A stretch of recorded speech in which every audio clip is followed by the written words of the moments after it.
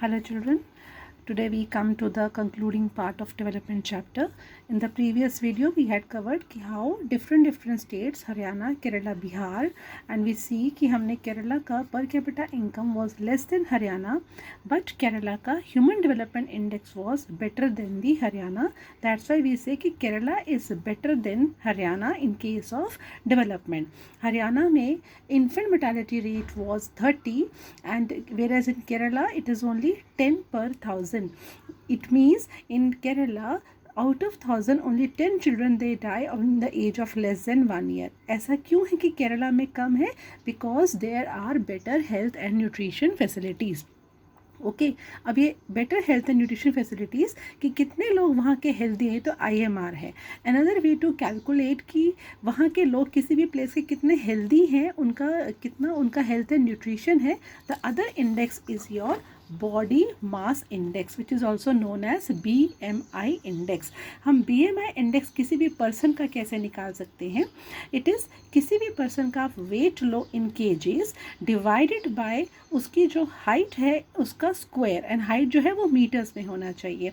You should also calculate it for your self. आपका जितना wait KGs में है, suppose your weight is 40 KGs, आपने 40 केजीज को डिवाइड किया और आपकी हाइट जो है मीटर्स में कितनी है. अगर आपकी 164 सेंटीमीटर है तो 1.64 मीटर्स हो जाएगी. उसके स्क्वायर से उसको आप डिवाइड करोगे तो आपका जो वैल्यू आएगा वो value it will come between, अगर तो वो 18 and 25 के बीच में आता है, it means that person is a normal healthy person.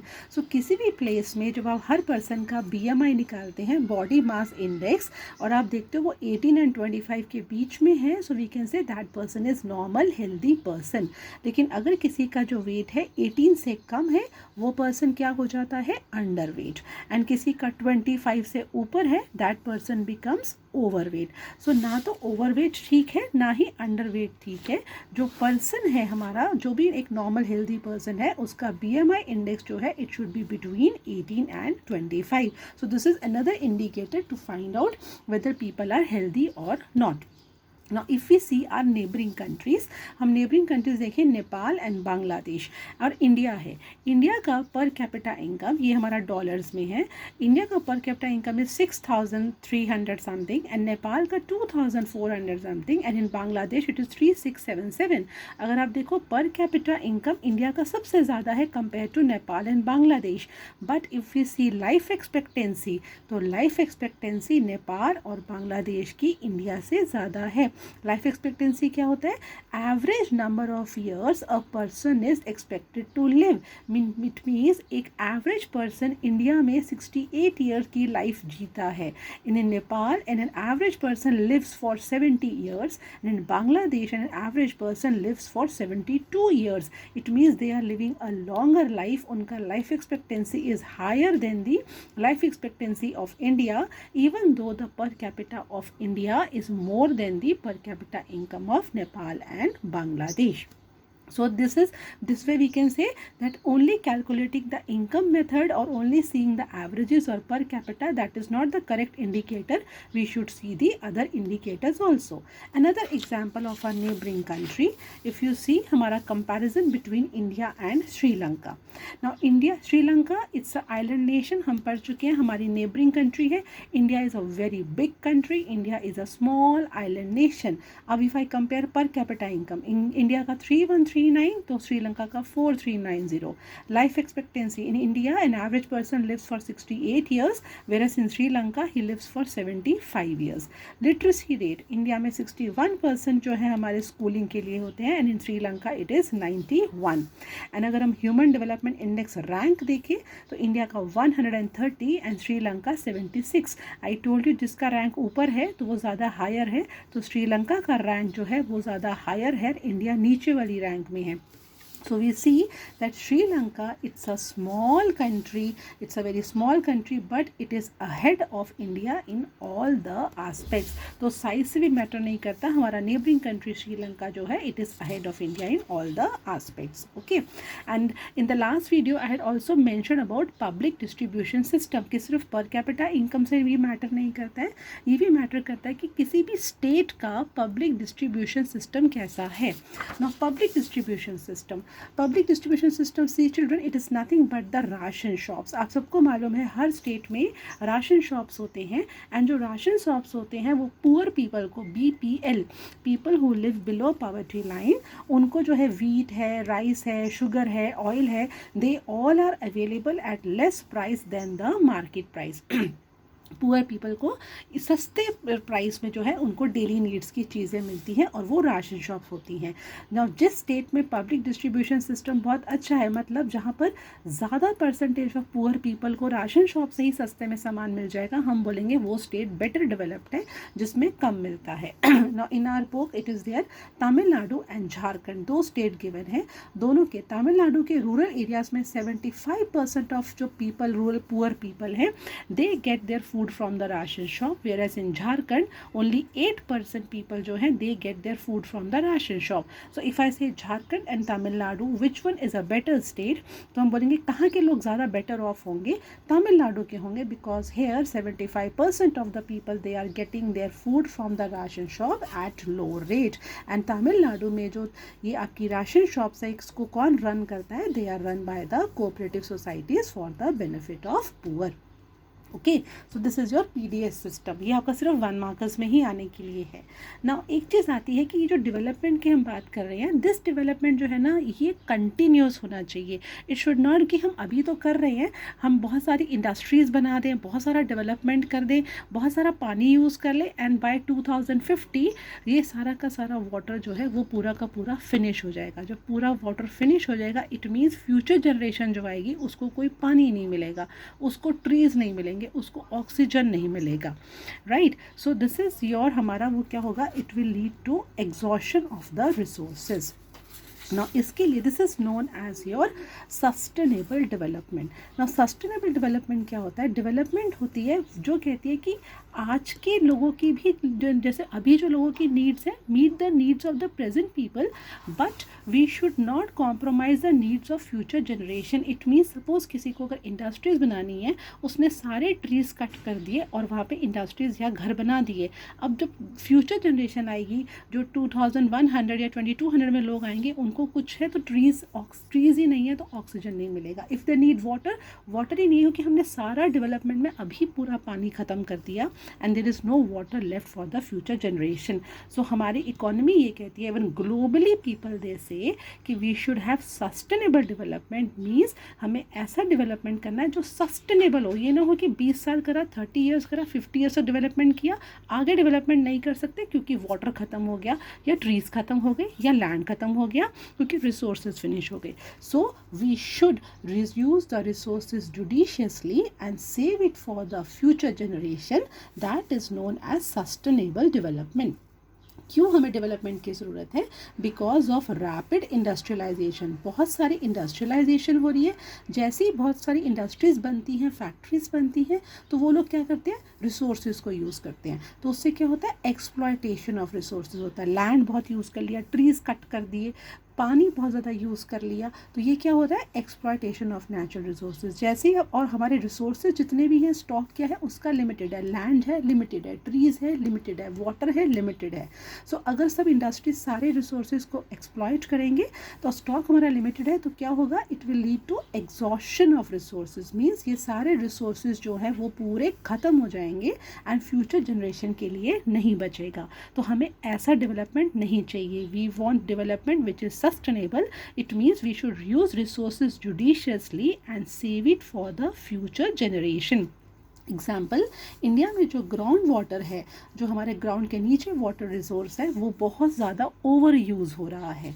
कैसे ओवर यूज़ हो रहा है, ये एक थ्रेट है। ओवर यूज़ ग्राउंड वाटर हो रहा है मैनी पार्ट्स में, एंड वाटर का जो लेवल है वो नीचे गिरता जा रहा है। सी, ये बेटा ग्राउंड है, ग्राउंड के नीचे 4 मीटर तक नीचे पानी जो है यहाँ तक हमारा कम हो गया है। It has decrease the water, 20 years में कम हो गया है।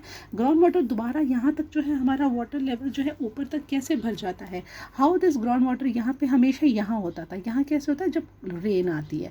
जब रेन आती है तो पूरा का पूरा ग्राउंड वाटर यहाँ पे फिल हो जाता है। लेकिन फिर हम इंडस्ट्रीज़ है, कुछ फैक्ट्रीज़ हैं, लोग हैं, घरों के लिए पानी चाहिए, वो ग्राउंड वाटर से पानी लेते हैं, सारा यूज़ करते हैं।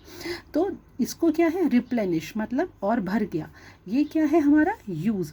अगर हमारा यूज़ जो है वो रिप्लेनिश होने से ज़्यादा है तो क्या हो जाएगा, ग्राउंड वाटर ओवर यूज़ हो जाएगा, उसका लेवल नीचे जाता जाएगा and one day it will come कि ग्राउंड वाटर ख़त्म हो जाएगा. So what is over use, हमारे जो ओवर यूज़ होता है इट इज़ जब हम यूज़ कर रहे हैं it is greater than being replenished, कि पानी का जो यूज़ है वो रिप्लेनिश मतलब नया और पानी आने से ज़्यादा है. नया पानी और ग्राउंड वाटर कहाँ से आएगा, through rain.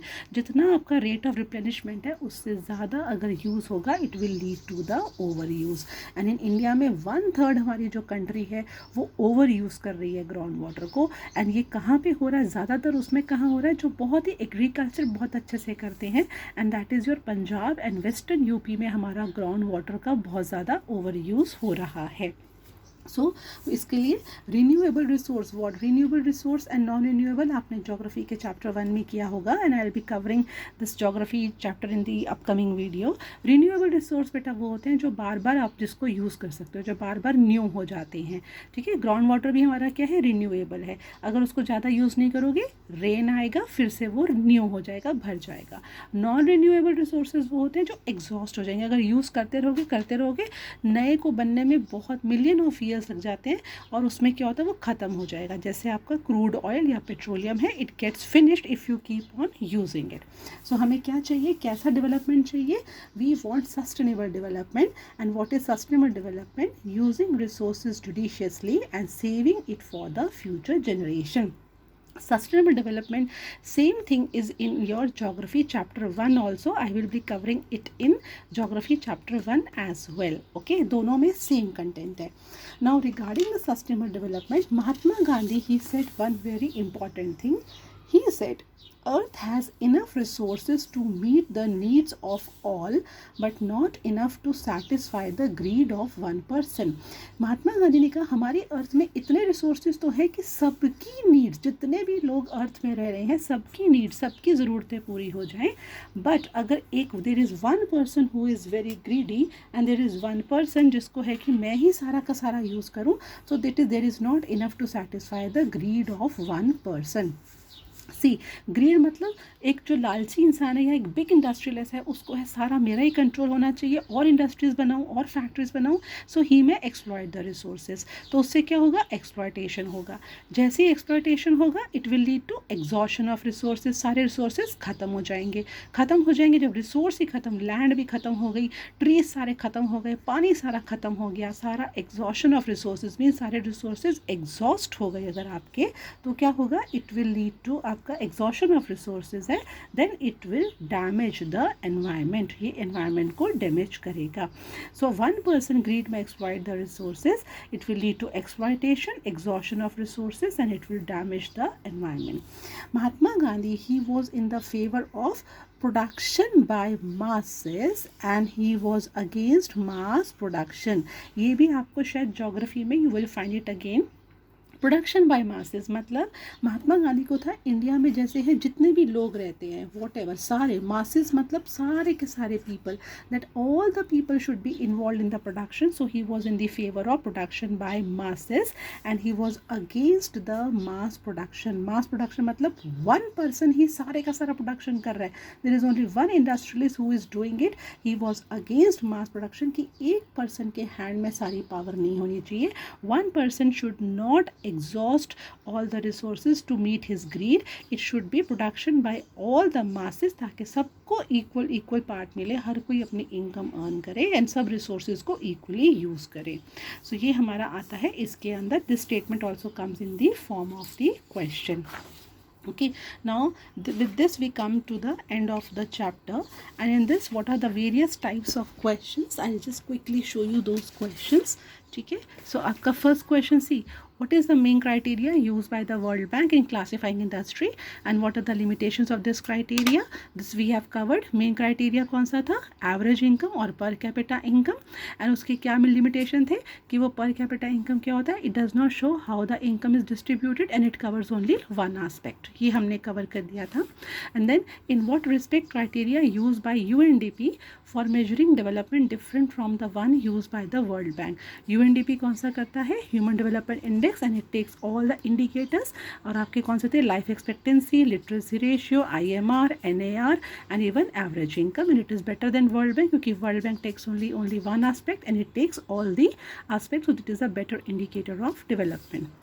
Y do we use averages, क्योंकि एवरेजेस से पता चलता है एक पर्सन कितना कर रहा है. क्या लिमिटेशंस है, सेम हमने जो किया था, it does not show how it is distributed and it does not, जो एवरेज है वो सिर्फ एक आस्पेक्ट को लेता है एंड वी नीड टू, अगर पूरा ओवरऑल कंपैरिजन करना है तो हमें क्या चाहिए, ऑल द डिफरेंट आस्पेक्ट्स चाहिए. Then this is the another important question that Kerala with the lower per capita income has a better human development ranking than Haryana. Hence per capita income is not useful criteria at all and should not be used to compare the states.